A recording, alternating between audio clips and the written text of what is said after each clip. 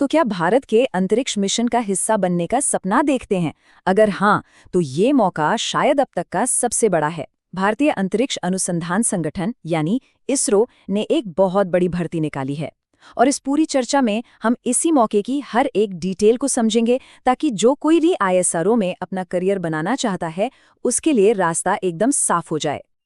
देखिए, ये सिर्फ एक नौकरी का विज्ञापन नहीं है। इसे भारत के स्पेसपोर्ट से आया एक बुलावा समझिए। सतीश धवन अंतरिक्ष केंद्र, श्रीहरिकोटा। ये वही जगह है जहां से भारत के अंतरिक्ष के सपनों को उड़ान मिलती है। जरा सोचिए, उस टीम का हिस्सा बनना कैसा होगा जो भारत को सचमुच सितारों तक लेकर जाती है। तो चलिए इस सफर पर आगे बढ़ते हैं और एक एक करके सब कुछ समझते हैं। सबसे पहले देखेंगे कि ये मौका असल में है क्या, फिर बात करेंगे कि कौन कौन सी भूमिकाएं हैं। इसके बाद योग्यता, सिलेक्शन का पूरा प्रोसेस, सैलरी और फायदे, और आखिर में फॉर्म भरने की पूरी चेकलिस्ट पर भी नजर डालेंगे। तो आइए सबसे पहले यही समझते हैं कि ये सिर्फ एक जॉब क्यों नहीं है, बल्कि एक मिशन का हिस्सा बनने का बुलावा क्यों है। और इसकी शुरुआत करते हैं इसकी लोकेशन और इसके मिशन को जानकर। SDSC शार ये सिर्फ एक लॉन्च पैड नहीं है, ये एक वर्ल्ड क्लास फैसिलिटी है जो भारत के पूरे स्पेस प्रोग्राम की जान है। यहाँ काम करने का मतलब है कि उन ग्लोबल प्रोजेक्ट्स का हिस्सा बनना जो इंसानियत के भविष्य को एक नई दिशा दे रहे हैं। और ऐसा इसलिए क्योंकि यहाँ से सिर्फ भारत के ही नहीं, बल्कि दुनिया भर के सैटेलाइट्स भी लॉन्च किए जाते हैं। चलिए अब देखते हैं कि इस बड़े मिशन में वो कौन कौन सी भूमिकाएं हैं जो इस पूरे सपने को जमीन से उठाकर आसमान तक ले जाती हैं। तो सवाल ये है कि आईएसआरओ को आखिर किस तरह के टैलेंट की तलाश है। अक्सर लोगों को लगता है कि भाई ये तो सिर्फ रॉकेट साइंटिस्ट के लिए ही जगह होगी, लेकिन सच्चाई इससे कहीं ज्यादा मजेदार है। असल में ये भर्ती हर तरह के स्किल्स और क्वालिफिकेशन वाले लोगों के लिए मौकों का एक बहुत बड़ा दरवाजा खोल रही है। सबसे पहले बात करते हैं टॉप टियर रोल्स की। साइंटिस्ट और इंजीनियर, SC के पद। ये वो लोग हैं, वो दिमाग हैं जो भारत के अगले बड़े स्पेस मिशंस को डिजाइन करेंगे और उन्हें हकीकत में बदलेंगे। चाहे वो कोई नया रॉकेट इंजन बनाना हो या फिर कोई बहुत ही कॉम्प्लेक्स सैटेलाइट सिस्टम, यहाँ इनोवेशन और डिजाइन ही सब कुछ है। अब आते हैं टेक्निकल और साइंटिफिक असिस्टेंट्स पर। सच कहूं तो ये लोग इसरो के मिशंस की रीढ़ की हड्डी हैं। इनके बिना बड़े से बड़ा मिशन भी सिर्फ कागजों पर ही रह जाएगा। ये वो लोग हैं जो थ्योरी को लैब में और लॉन्च पैड पर असलियत में बदलते हैं। और हाँ, हर एक लॉन्च के पीछे सिर्फ साइंटिस्ट ही नहीं, एक बहुत बड़ी टीम होती है। इसमें एक स्किल्ड फिटर भी है जो रॉकेट के पार्ट्स को जोड़ता है, और एक नर्स भी है जो पूरी टीम की हेल्थ का ध्यान रखती है। तो ITI यानी इंडस्ट्रियल ट्रेनिंग इंस्टीट्यूट से सर्टिफाइड लोगों के लिए भी यहाँ जबरदस्त मौके हैं, क्योंकि यहाँ हर एक रोल मिशन के लिए जरूरी है। ठीक है, तो अगर कोई रोल पसंद आ गया है तो ये तो बहुत बढ़िया बात है। अब अगला कदम, चलिए देखते हैं कि इसके लिए ज़रूरी योग्यता क्या क्या है। यहाँ एक बात तो बिल्कुल साफ है, इसरो में हर लेवल की क्वालिफिकेशंस के लिए जगह है। चाहे किसी के पास इंजीनियरिंग में मास्टर्स डिग्री हो या फिर 10वीं के बाद सिर्फ ITI का सर्टिफिकेट, देश के स्पेस प्रोग्राम में अपना योगदान देने का रास्ता ज़रूर मिल सकता है।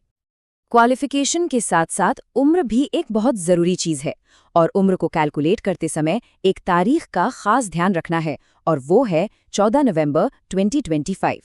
सारी एलिजिबिलिटी इसी तारीख के हिसाब से तय होगी। अच्छा, एक और ज़रूरी बात, जो लोग SC, ST या OBC कैटेगरी से हैं, उनके लिए उम्र में छूट के नियम भी हैं। तो इन नियमों को ध्यान से ज़रूर देख लेना चाहिए, क्योंकि ये एक बहुत ही महत्वपूर्ण प्रावधान है जो कई लोगों के लिए मौकों के दरवाजे खोल सकता है। ठीक है, अब आते हैं सबसे ज़रूरी सवाल पर। इसरो में सिलेक्ट होने का तरीका क्या है? इसे समझने के लिए हमें 2 अलग-अलग रास्तों को देखना होगा। यहाँ ना 2 अलग-अलग तरीके काम करते हैं। साइंटिस्ट्स और इंजीनियर्स के लिए उनके रिटन टेस्ट और इंटरव्यू दोनों का बराबर का महत्व है, 50-50। वहीं जो टेक्निकल रोल्स हैं, उनमें स्किल टेस्ट तो है, लेकिन वो सिर्फ पास करना ज़रूरी है। फाइनल सिलेक्शन जो होगा वो रिटन टेस्ट के नंबरों के आधार पर ही होगा। तो इसका मतलब क्या हुआ? इसका मतलब ये है कि सिर्फ अपनी फील्ड की नॉलेज होना ही काफ़ी नहीं है। लॉजिकल रीजनिंग और एप्टीट्यूड भी टेस्ट किया जाएगा, और कुछ पोस्ट के लिए तो आपको अपने जवाब विस्तार से लिखने भी पड़ेंगे। तो ये एक तरह का कंप्लीट टेस्ट है। ये जो 50-50 का बंटवारा है ना, ये बहुत कुछ बताता है। इसरो सिर्फ ये नहीं देखना चाहता कि किसी को आता क्या है, बल्कि ये भी कि वो अपने ज्ञान को सामने कैसे रखता है और सबसे जरूरी प्रेशर में कैसे सोचता है। और ये जो 60% का नंबर है, ये साफ दिखाता है कि इसरो को सिर्फ बेस्ट ही चाहिए। ये एक हाई स्टैंडर्ड जरूर है, लेकिन यही वो चीज़ है जो पक्का करती है कि देश के सबसे बेहतरीन दिमाग ही हमारे स्पेस प्रोग्राम को आगे बढ़ाएं। तो इतनी कड़ी मेहनत और इस पूरे सिलेक्शन प्रोसेस के बाद मिलता क्या है?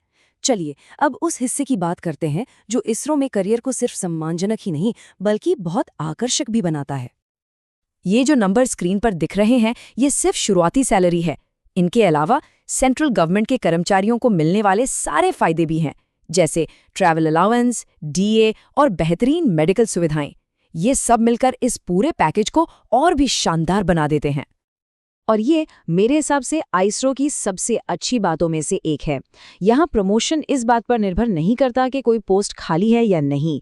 यहाँ प्रमोशन होता है काबिलियत के आधार पर। मतलब अगर काम अच्छा है तो तरक्की पक्की है। चलिए, अब हम बिल्कुल आखिरी पड़ाव पर आ गए हैं और ये बहुत ज़रूरी है कि आवेदन की प्रक्रिया में कोई गलती ना हो, ताकि इतनी सारी मेहनत बेकार न चली जाए। तो प्रोसेस काफ़ी सीधा साधा है। सबसे पहले ऑनलाइन फीस भरनी है। और हाँ, एक अच्छी बात यह है कि अगर परीक्षा देने जाते हैं तो ये फीस वापस भी मिल जाएगी। इसके बाद अपने डॉक्यूमेंट्स जैसे फोटो, सिग्नेचर, सर्टिफिकेट्स ये सब स्कैन करके अपलोड करने हैं। और आखिर में फॉर्म सबमिट करके कंफर्मेशन पेज डाउनलोड कर लेना है। बस ये ध्यान रखना है कि हर स्टेप को ध्यान से करें। तो आखिर में सवाल सिर्फ एक नौकरी पाने का नहीं है। सवाल ये है कि क्या कोई उस मिशन का हिस्सा बनने के लिए तैयार है जो भारत को सितारों तक ले जाता है। ये सिर्फ एक करियर नहीं, बल्कि इतिहास का हिस्सा बनने का एक मौका है।